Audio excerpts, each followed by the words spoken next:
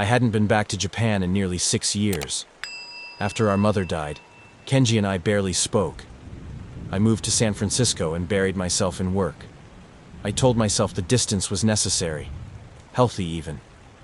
But now, standing in his dim, silent bedroom, holding a note written in my brother's shaky handwriting, I knew that all that distance had been a lie. The note was on his bed. One single page, folded in half, the corners slightly damp like it had been held too long in a trembling hand. It wasn't addressed to me by name, just to whoever finds this. Still, I knew it was meant for me. Kenji always had a way of speaking to me, even in silence. If you're reading this, I'm already inside. I'm not lost, not yet, but I might be soon. I don't expect you to understand why. Just know it's not your fault. I promise.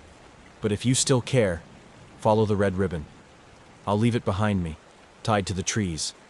It's the only thing that will lead you to me. One more thing. Don't listen to the trees. I sat on the edge of his bed for what felt like hours, reading those last lines again and again. Don't listen to the trees. At first I thought it was a metaphor, a poetic flourish in the mind of a man slipping away, but I knew where he'd gone. Everyone in Japan knew what it meant when someone disappeared quietly, leaving behind only a trail of sorrow. Aokigahara, the suicide forest. I didn't sleep that night. I couldn't. My mind was spinning with memories of us as children, racing bikes down narrow streets in Fujiyoshida, getting scolded for climbing the cherry trees in the neighbor's yard, sneaking out to catch fireflies on humid summer nights. That Kenji, the one with the crooked grin and dirt-smeared knees, felt like a different person from the one who wrote this note. But I had to believe some part of him still remained. The next morning I drove alone to the edge of the forest.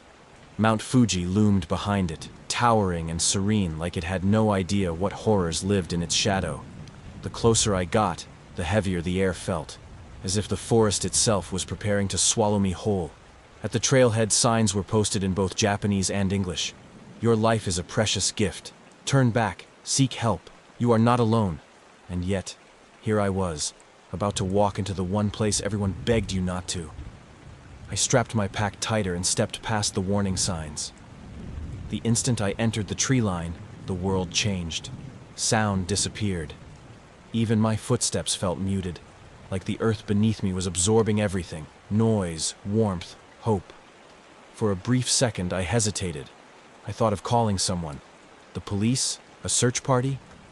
But then I remembered the letter, the red ribbon, and how Kenji had always hated asking for help. This was my burden, my chance to make things right. I took my first step deeper into the forest, the path narrowing behind me, the sunlight thinning to gray. As the trees closed in around me, I tried to steady my breath. The silence wasn't just quiet, it was wrong. And in that thick, unnatural stillness, one sentence echoed in my mind like a whisper I couldn't shake. Don't listen to the trees. And so, I walked, not knowing if I was going in to save my brother, or just to say goodbye. I've never known silence like this, not the kind you find late at night when the city's gone to sleep, nor the peaceful hush of snowfall. No, this silence is hungry. It's thick, like the forest has swallowed every sound and dares you to make your own. Even my footsteps felt wrong, too soft, too hesitant. As if the moss-covered ground beneath me was trying to muffle me, erase me before I could begin. Aokigahara, Japan's Sea of Trees. From the moment I stepped beyond the trailhead, the light dimmed. The thick canopy of gnarled branches stitched itself so tightly overhead that the sun had no chance. The air smelled of damp earth, moss, and something older. Something metallic and sour, like rusted iron left out in the rain. The signs were still fresh in my mind. They stood like sentinels at the forest's edge. Please reconsider. You are not alone. Your life is a precious gift. But they were behind me now. I had brought nothing but a flashlight, a compass, a bottle of water, and the letter. The only other thing I carried was guilt, and I was starting to think that might weigh more than the rest combined. My boots crunched over roots and gravel. Some of the trees here grew in strange directions, their trunks twisting like they were reaching for something they couldn't grasp. Volcanic rock jutted up between them, black and jagged, making the forest floor an uneven, almost hostile place to walk. It was easy to see how someone could vanish here. The moment I left the main trail, the world behind me disappeared.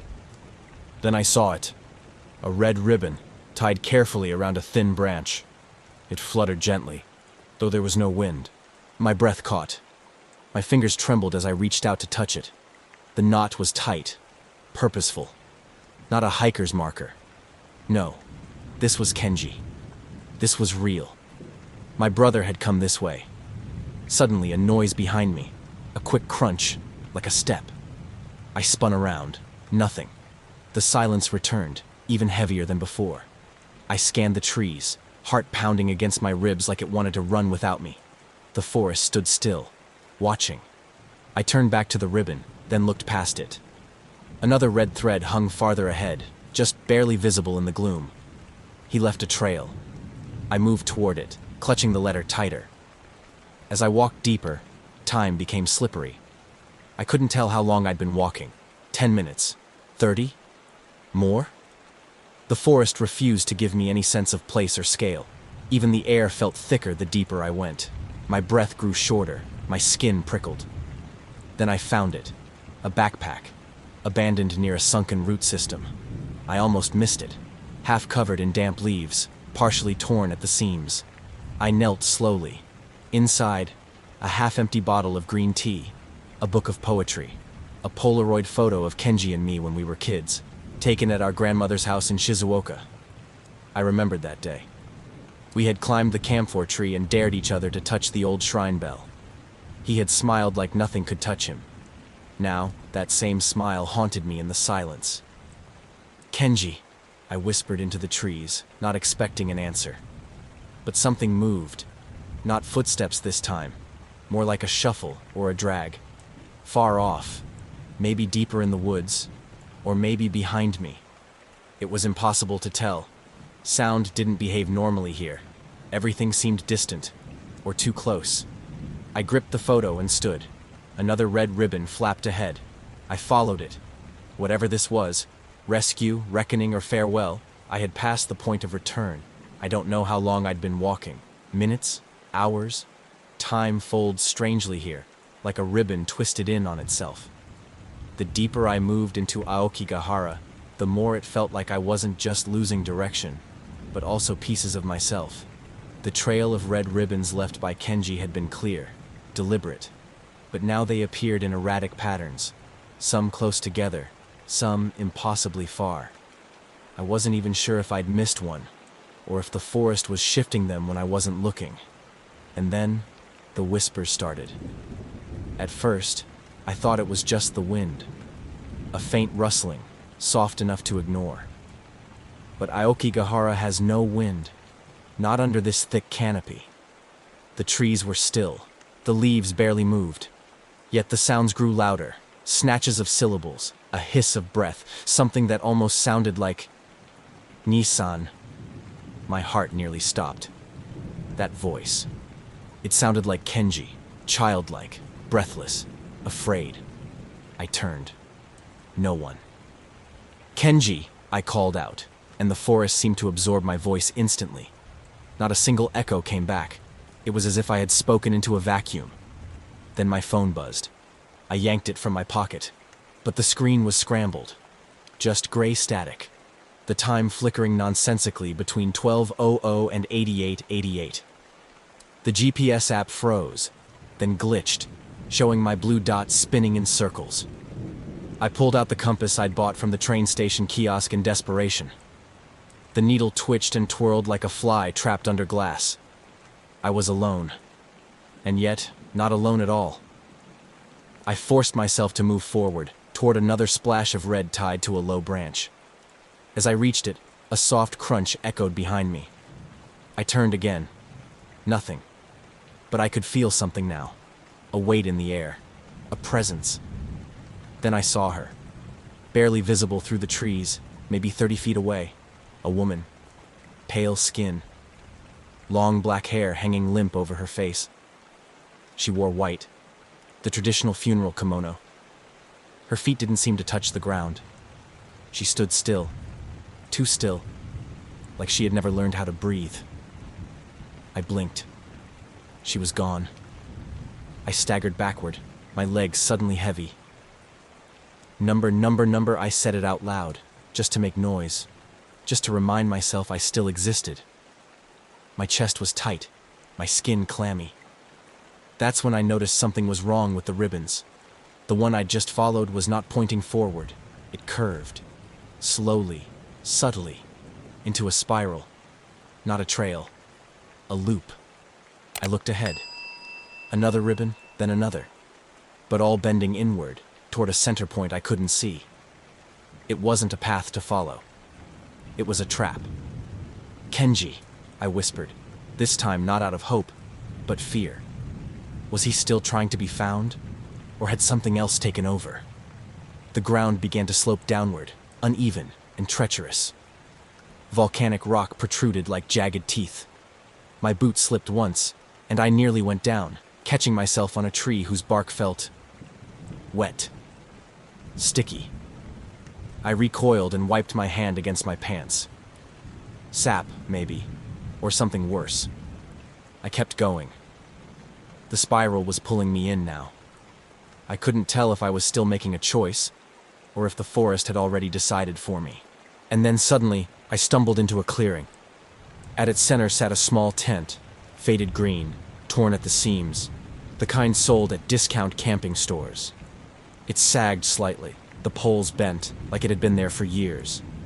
I stepped closer, my legs moving on instinct. The flap was half open. Inside, the walls were covered in writing. Dozens, no, hundreds, of sentences scrawled in different languages. Some in black marker, others in pencil, and still more smeared in something that looked like rust. They lie. The trees whisper lies. It's not just your thoughts, it's them. If you hear your name, don't answer. Don't listen to the trees. I knelt at the threshold, afraid to go inside, but unable to turn back. The air around the tent was colder, heavier. The silence here didn't just mute the sound, it devoured it. Even my own breath seemed to vanish before I could hear it. Among the scribbles was one phrase, repeated dozens of times on the ceiling of the tent. I followed the red ribbon, and now I can't leave. That's when I saw the ribbon again, trailing from the back of the tent, disappearing into the woods beyond. I didn't want to follow it, but I knew I would, because something in the forest had heard me say his name, and now it was listening back. I don't remember crawling into the tent. One moment I was outside, staring at the spiral of red ribbon winding deeper into the trees, and the next, I was on my knees inside, surrounded by shadows and the heavy scent of mildew and wax. The interior was cloaked in gloom, save for a few melted candles stunted like broken teeth in a circle around the center. One was still burning, barely. Its flame trembled violently, casting warped shadows across the canvas walls. They danced over the scrawled messages, written in dozens of different hands, dozens of different languages. Most were cries for help, some were farewells, others were pure madness, scribbles that looped and curled until they were unreadable. But one stood out, a simple letter, written in Japanese, folded neatly and pinned to the tent wall with a twig. I reached for it slowly, already knowing whose handwriting it would be. Kenji. The paper was soft, fragile with moisture, but the ink remained sharp. His words were rushed, like he'd written them while out of breath. Nissan, if you've made it this far, then I guess you cared more than I thought. I can't tell if I'm real anymore. I think the forest is inside me now. Or I'm inside it. Or maybe it's always been like this. I heard your voice the other night, but I know you weren't here. The forest used it. It wants me to follow deeper, and I almost did. But I've tried to anchor myself. This tent, this candle, this note, they're mine, not its. Please go home. Don't listen to it. Don't follow the red ribbon. I had to stop tying them. I didn't know where they were leading anymore. The candle sputtered. I froze. Then, as if someone had exhaled across the flame, it went out. Just like that. Darkness collapsed in around me, absolute and sudden. And then I heard it. A scream. From outside the tent. It wasn't human. It tore through the silence like claws on glass, high-pitched and wet with pain, echoing in ways sound shouldn't echo in a place like this. I felt my body seize. My mouth opened, but no sound came. My instincts screamed for me to run, but my legs refused to move. The air inside the tent shifted, grew colder. Something scraped along the outside. One long drag like a fingernail against canvas. Then silence. I stayed there, hunched and shaking, for what felt like hours. My breath fogged the inside of the tent. I clutched Kenji's letter to my chest like a lifeline. My mind raced with questions. Was he still alive when he wrote this? Had the forest let him? Or had something else crawled through him just long enough to write words I'd recognize? Eventually, the tremors in my limbs faded. My eyelids grew heavy. I told myself I'd stay awake, just for a little longer, just until the forest settled. But I must have fallen asleep, and in sleep, it found me. In my dream, I saw Kenji. He stood barefoot among the roots, soaked in rain, his hair plastered to his face. He didn't speak, just stared. His eyes were full of something that wasn't him. Then black vines slithered up from the earth and wrapped around his legs. He didn't resist, didn't scream. He just looked at me as the vines dragged him downward, into the soil, into the dark. He opened his mouth as if to speak. But all that came out was the same scream I'd heard earlier, distorted and jagged, like it had been chewed up and spit back out by the forest. I woke with a start. The sun had not risen. The darkness remained. And outside the tent, barely visible through the small gap in the flap, I saw bare feet standing in the soil, pale, motionless, waiting. When I opened my eyes, the world hadn't changed. The dark still pressed against the fabric of the tent like a living thing. There was no sunrise, no birdsong, just that silence, the kind that listens. And outside, the feet were gone. For a long time, I didn't move. I couldn't. The dream still clung to me like a damp sheet, and the memory of Kenji being pulled into the earth felt more real than the letter I clutched in my fist. I sat in the tent until I could breathe without shaking, then crawled out into the dim morning, if it was morning at all. The first thing I noticed were the footprints, a perfect ring sunken into the moss. At first, I thought someone had circled the tent during the night, but then I looked closer. They were mine, my boots, my stride, over and over, round and round, as if I'd walked in a trance around the tent in the dark, over and over again. But I hadn't moved. Had I? I started walking again, red ribbon in sight. My every step weighed down by questions I couldn't answer. The air had shifted. There was no breeze, but the branches seemed to tremble ever so slightly, as if something passed between them, just out of sight. And then I saw her. This time, she wasn't hiding. The woman in white stood ahead on the trail, her figure frail, motionless. Her back was to me, and her hair hung low, thin and tangled. Her feet were bare. I stopped, unsure whether to call out. My breath turned shallow. She turned her head slightly, enough for me to see part of her face. She was old, not just in years, but in the way ruins are old. Her eyes were sunken, skin papery, lips dry and cracked. And when she finally spoke, her voice was a whisper, but it struck me like thunder. He followed me. Will you? I didn't answer. I couldn't. She turned and began to walk, not waiting for me, her white kimono brushing over roots and stone without sound. I followed. Not because I trusted her, but because part of me believed she had once been someone like me. Someone who followed the red ribbon. Someone who lost someone they loved. As we moved deeper, the forest changed again. The trees grew taller, denser, the air colder, the light dimmer. The ground here was uneven, littered with offerings, small altars of coins, dolls, rusted trinkets, and bones.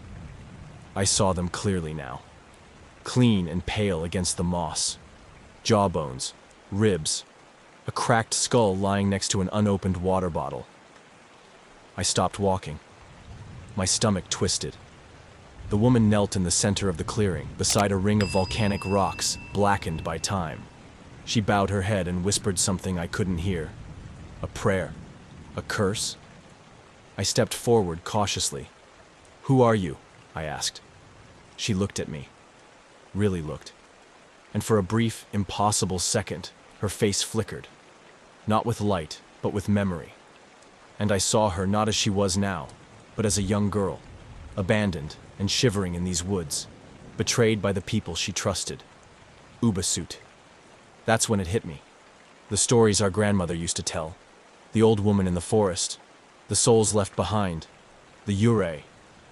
She was real, I whispered aloud. Oba-chan didn't make it up. The woman nodded, ever so slightly. A chill ran through me that no coat could stop. I took a step back. The woman pointed to the rocks behind her. At first, I saw only dirt and leaves. But as I moved closer, I saw a ribbon. Red. Tied around a broken branch, barely visible beneath the roots of a twisted tree. Kenji's trail. The woman stood and slowly backed away, never taking her eyes off me. And then she vanished. One blink, and she was gone. No sound. No trace. Only the forest, still and listening. And me, standing on sacred ground, surrounded by offerings for the dead. I should have turned back. But I didn't. I stepped into the clearing, toward the ribbon. And the forest, it seemed, held its breath. I don't remember leaving the clearing. I remember the woman vanishing, the offerings beneath the rocks, the red ribbon half buried in the soil. I remember the cold creeping into my bones. But the walk away? The steps I took? Gone. My memory skipped like a scratched record. When I blinked, I was deeper in the forest than I'd ever been, surrounded by trees too close together, roots tangled like veins beneath my feet. The red ribbon reappeared ahead. Just one, gently swaying from a branch. I followed it. Of course I did. What else was I going to do? Turn back? The forest had already swallowed the trail behind me. I could feel it. Paths disappearing the moment I left them. Time folding inward like a paper crane caught in flame. But something was wrong. The more I walked, the more everything looked the same. The same twisted tree with the hollow trunk. The same jagged rock with the splash of moss. The same broken branch bent like a crooked finger. At first I told myself it was paranoia. Then I began to test it. I carved a small mark into the trunk with my pocket knife. 10 minutes later, I passed it again. The same mark, the same tree. I was walking in a circle. I screamed, loud and sharp, just to shatter the silence, to remind myself that I still had a voice. "Kenji!" The forest swallowed it whole. Then, laughter.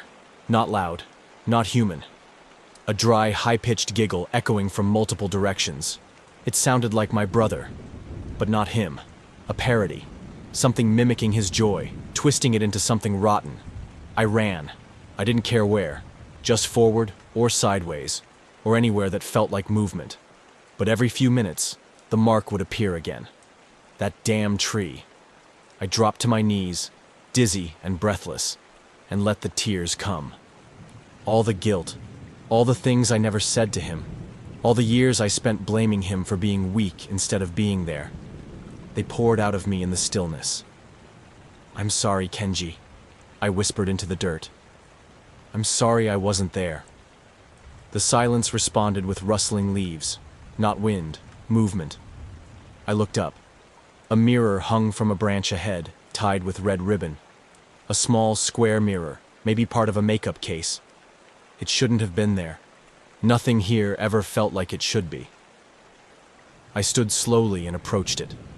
My reflection stared back, wide-eyed, haggard, hollow. My lips parted in horror. And then my reflection smiled.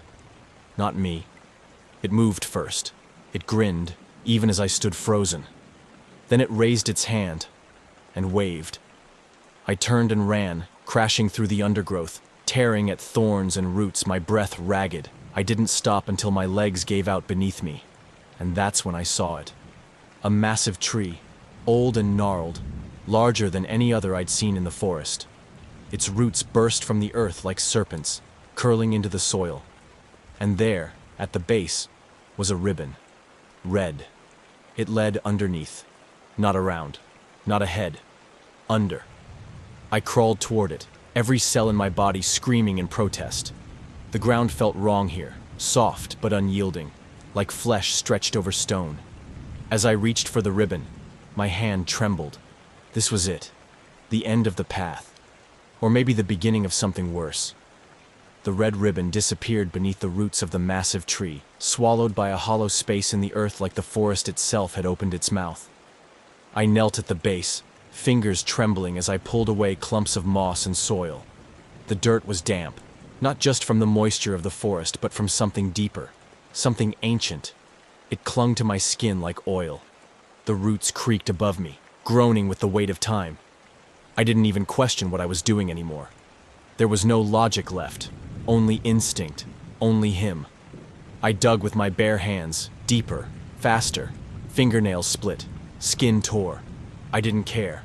And then, beneath the layers of mud and decay, something caught the light of my flashlight. A phone. Kenji's. Cracked, scratched, but still whole. I touched the screen, and to my astonishment, it lit up. Battery low. A single voice memo played on loop, like it had been saved by something unnatural. I pressed play. At first, I heard nothing but static. Then his voice, shaky, breathless. If someone finds this, I tried to fight it. I really did. But the voices, they don't stop. I thought I could anchor myself with the ribbon. I thought maybe if I just held on, I wouldn't become part of it. But the forest doesn't take you. It invites you. It makes you forget who you are until you want to stay. His breathing grew erratic. There was a pause. It's whispering again. My name, my voice. But it's not me. If you hear me calling, it's not me. It's the forest. The voice changed. The cadence dropped. The words warped. What came next wasn't Kenji anymore. You came so far, brother. So full of regret. So soft. So easy to open. The voice rasped like wind through bones, layered with something insect-like clicking beneath the surface. You want to save him? Trade places. The recording ended. I dropped the phone like it burned me. That's when I heard them. Whispers all around me. Low, rhythmic, relentless. My name, over and over. Naoya, Naoya, Naoya. The trees weren't just whispering anymore. They were speaking. They were aware. The forest pulsed with presence, with hunger. A thick fog rolled in across the ground, unnatural and sudden, moving like breath from a mouth. I turned and saw figures in the mist, people, dozens of them, wandering just beyond the veil of trees, faces hidden, feet bare, limbs stiff. Lost souls. One looked straight at me, Kenji, but his eyes were hollow. His mouth didn't move. Still, I heard him speak. Not with sound, but in my head. Don't come closer. But I did. I followed the red ribbon, one last time, as it led toward a gaping hole just beyond the tree roots. A dark cavern, the entrance slick with moisture and shadow. It wasn't natural. The earth had split for it. It waited for me like it had been expecting this moment all along. I stepped inside. The air turned heavy, thick like syrup. Every breath felt like drowning. The walls were close, pulsing slightly as if alive. I held my flashlight ahead, its beam flickering with every step. The deeper I went, the more I lost track of time, of myself. And then I saw it. A shrine, carved into the wall, ancient, covered in paper talismans long decayed. Bones surrounded it, skulls facing inward. In the center, resting gently on a cloth, was Kenji's notebook. Open. Pages fluttering as if caught in a wind I couldn't feel. I reached for it. As my fingers touched the paper, the cave breathed, and the walls whispered. Dozens of voices, crying, begging, laughing, filling my ears, my mind, my thoughts. I tried to scream, but no sound escaped. I could feel them inside me now, pressing against my skull, reaching through the cracks in my grief and guilt. Then everything went black. Not sleep, not unconsciousness, just absence. I don't remember leaving the cave. But now I sit here at the edge of the forest, dirt under my fingernails, dried blood on my hands, the red ribbon tied to my wrist. Kenji's notebook is beside me. His voice plays on loop from the phone. And behind me, somewhere deeper in the trees, the forest breathes, waiting for the next name it will whisper. Maybe it's yours.